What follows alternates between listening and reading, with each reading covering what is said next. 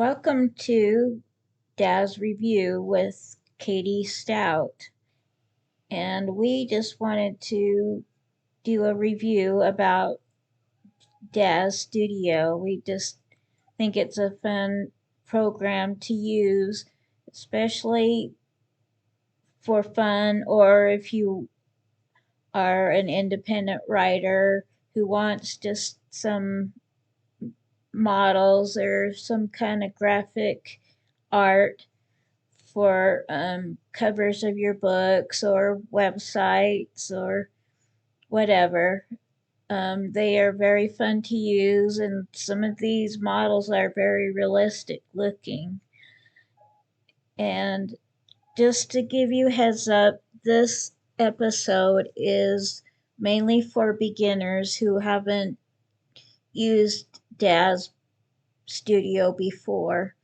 And I thought this would be a good start. When I downloaded the program Daz Studio, it took me 3 days. And one thing I have learned with 3D art programs that you do need to have a lot of patience. Requires a lot of patience when you're working with 3D art.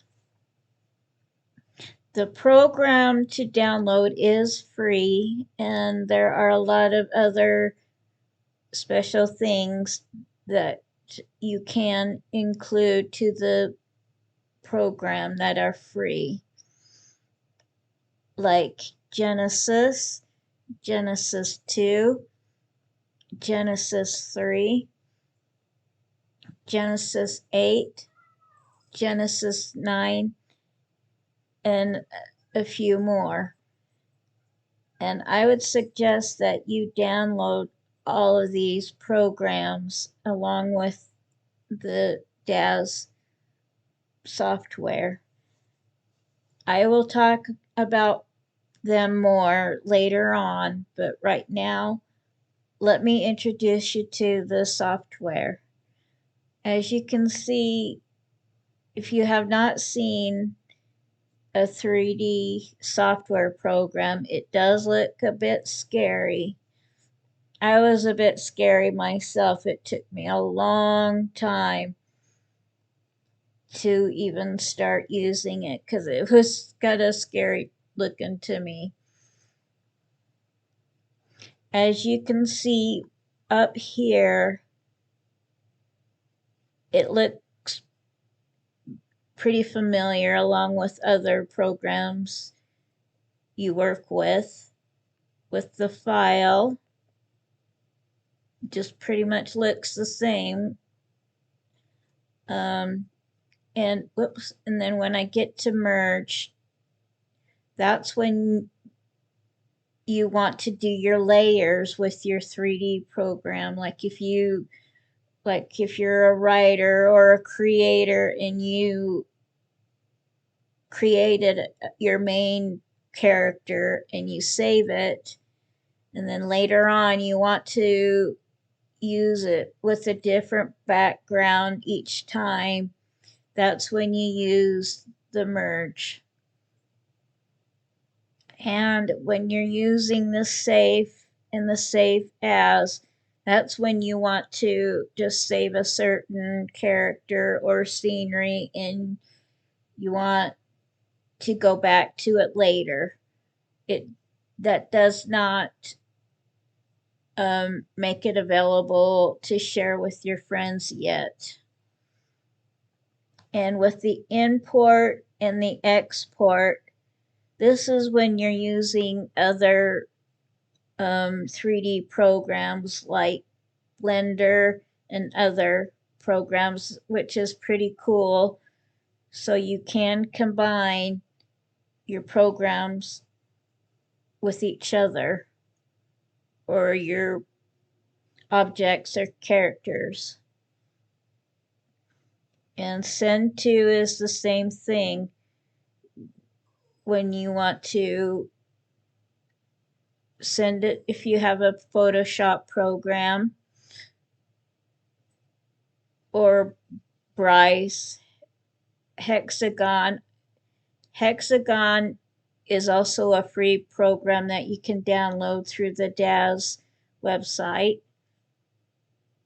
And if you also have the ZBrush program and Blender, I have Blender, and sometimes I do make 3D objects through Blender, and sometimes I just go back and forth using Blender and Daz. And then the edit, this is when you want to copy an object or a person, and then you paste it, almost like with a lot of other things. Duplicate is about the same as copy and paste. And with the objects, this is when you want to, geometry is when you want to add like an extra type of skin for your characters, some kind of covering. And then the surface is the where you add the texture.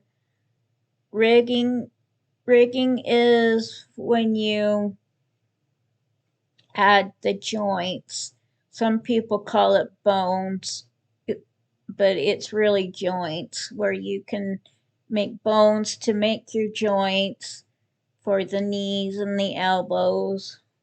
You can also do animation with this program too. I don't really do much animating on here, just a little bit, but I mostly do like still poses with the models. And here you can lock the shapes or the poses. So if you, that's like when you don't trust yourself, you're afraid that if you touch something, it might move, um, and then it's hard to get it back to exact pose that you want. But I don't think too many people use this. And then with the create, you get to do a lot of things with create. With the new primitive is a fun one. This is where you can do your own shapes. I actually used this to make my own 3D stars, which turned out really cool and fun looking. You can even make your own snowmen or just boxes or even your own furniture if you want to. And then down here to the new strand hair based hair, you can make your own hair for your models. I have done that with some of the characters I have made. But however, I made like short hair, not real long hair. And then later on, I will talk more about the environment option and the tone mapper. And then here with the tools, about the same thing as I showed you. And this is here where you do the animation. And these up here, I will show to you later, because as you can see, they're right over here. And then same goes with render. They're right here, but they're also here as well. And the cool thing about Daz is you don't have to do this online. You can work offline.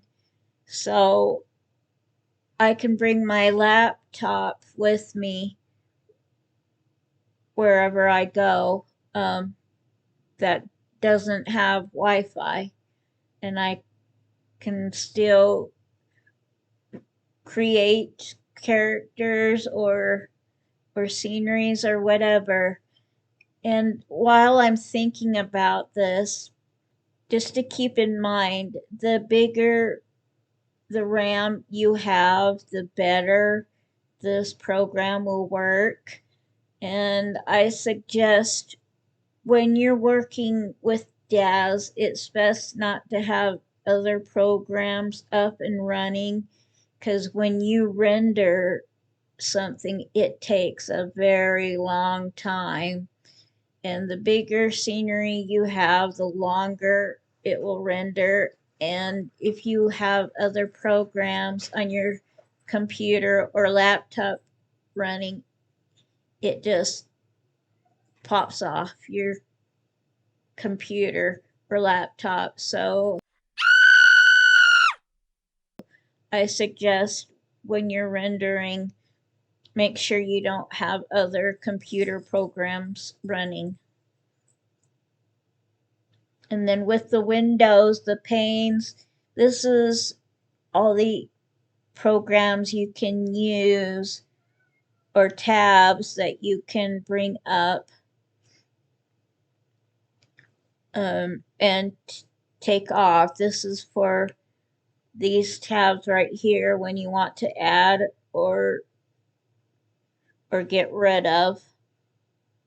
So, and I have done that where I will just go ahead and take off or add. And then with the favorites, you can choose if you made a character and you really enjoy it, you can save it on your favorites. Or if you have a clothing piece that you like, you can save that as your favorite. And then there's help. This is for when you want to build a new scene. You're done with whatever you were doing and you want to start with a clear slate. This is what you use. And this is when you want to open, like what I said, if you made a character that you saved and you want to open it up. And here's the merge again, where you made a scenery, but you want to put your favorite character that you've already made up onto it, and you're making your layers. And then here you're saving it, and you're importing it to like another 3D program, or you're exporting it from another to another 3D program. If you can hear my cat in the background, I apologize. She's just really hyper right now. But going on here, you can create a camera. This is when you are doing some animation of any kind, or if you're using this to make like a comic strip or a graphic novel or comic book, this is a good way to use the extra cameras. Here's a distant lighting, a point light, a linear light, a spotlight, which I use a lot. This, well, mostly the spotlight. Sometimes I do use the lightings, and sometimes I just lazy and do my own lighting later on. And then here, these are when you want to use how you want your cursor. This is for the scene navigator tool. This is the selection tool, which I have right now. The universal tool, this is like when you are when you think you're going to be moving a lot of joints around. This is a great tool to use. This is a rotating tool. If this is when you're rotating your characters or shapes a lot. translating tool. This is when you are moving like your objects or your characters side by side. The scale tool, the active pose tool, the animate tool when you're doing the animation, the surface select tool, the region navigator tool, the spot render tool. This is for when you are setting your render, and then this is the scene render button. This is what you use when you want to, when you're ready to make a picture, make it as a JPEG file, or yeah, JPEG file or photo, or the PNG picture. This is what you'll be using a lot. This scene here is where it gives you a list of everything that is connected to the character or the shape. This is the parameter. This is where you get to work with the colors, the the the bending and the size of the characters or the shapes, and also where you want to move your characters and shape. And it kind of helps. This is where the math comes in. If you've been in geometry or even basic algebra, this is where you will work with the X line and the Y line.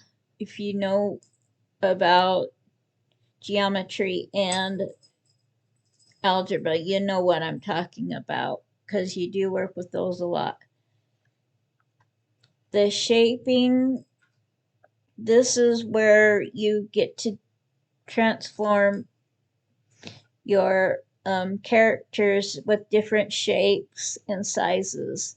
The posing is the one you want to use a lot when you're doing a lot of bending and facial looks and so on. The surface is where you do the color changing. And I hope I didn't confuse you so much with all of this. It is a lot to take in. And if you have come this far, I thank you so much for watching. I hope I didn't bore you to tears. So until then, thanks for watching. Bye.